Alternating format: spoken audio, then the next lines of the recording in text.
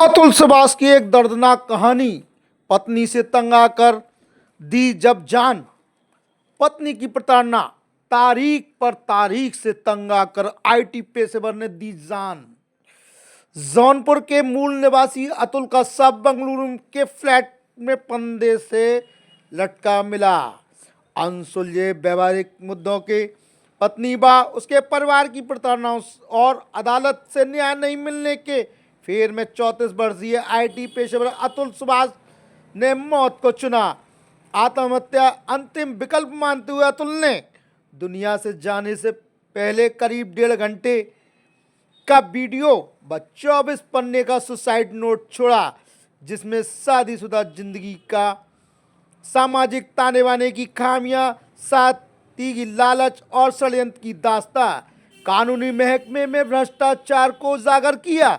उन्होंने अपने पीछे छूटे माता पिता व 4 साल के बेटे की सलामती की दुआ भी की। सुसाइड नोट और वीडियो संदेश कुछ मित्रों व वैवाहिक मामलों से त्रस्त पुरुषों की मदद करने वाली एक एनजीओ से साझा करते हुए अतुल ने खुदकुशी कर ली।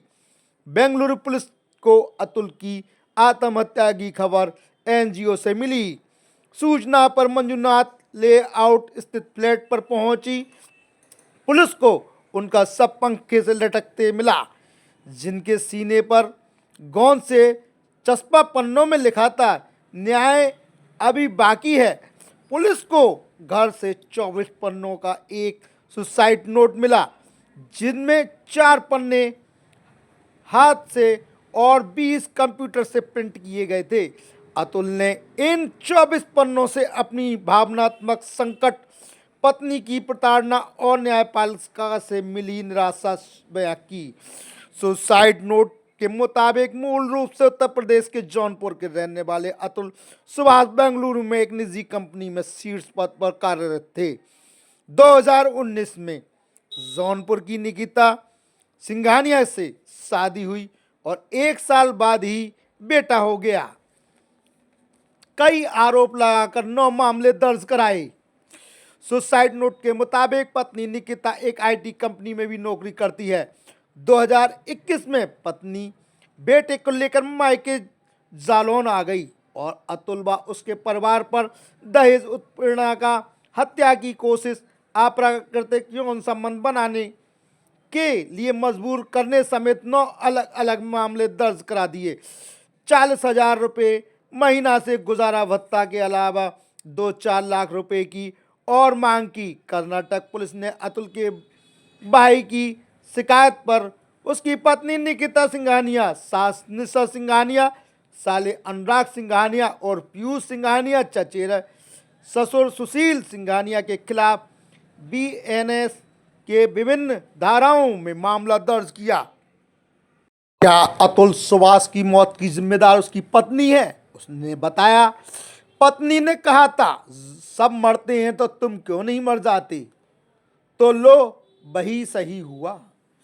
सुसाइड नोट से जौनपुर के परिवार अदालत की एक सुनवाई का जिक्र करते हुए अतुल ने कहा कि उन्होंने जज के समक्ष जब बताया कि उनकी पत्नी ने झूठे मामले दर्ज किए हैं, तो जज ने कहा, तो क्या हुआ, वह आपकी पत्नी है और यह आम बात है। अतुल ने कहा कि झूठे मामले के कारण कई लोगों मर जाते हैं। तो निकिता ने कहा कि आप भी ऐसा क्यों नहीं करते? इस पर जज ने जोर से ठेका लगाया।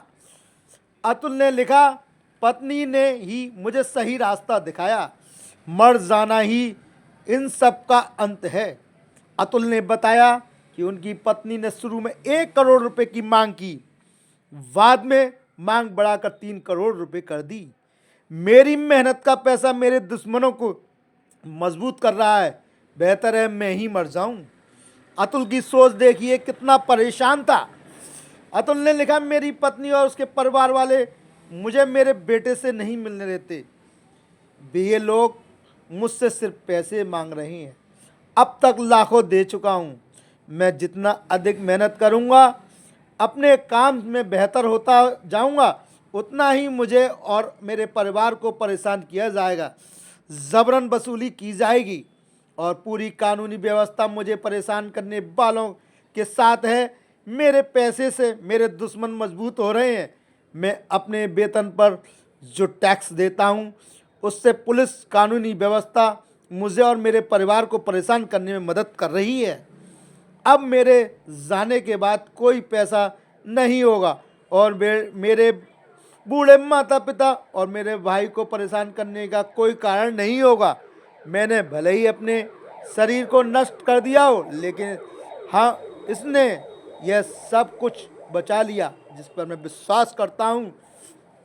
120 तारीखों से तंग आ गया था अतुल सुभाष। मामला निपटा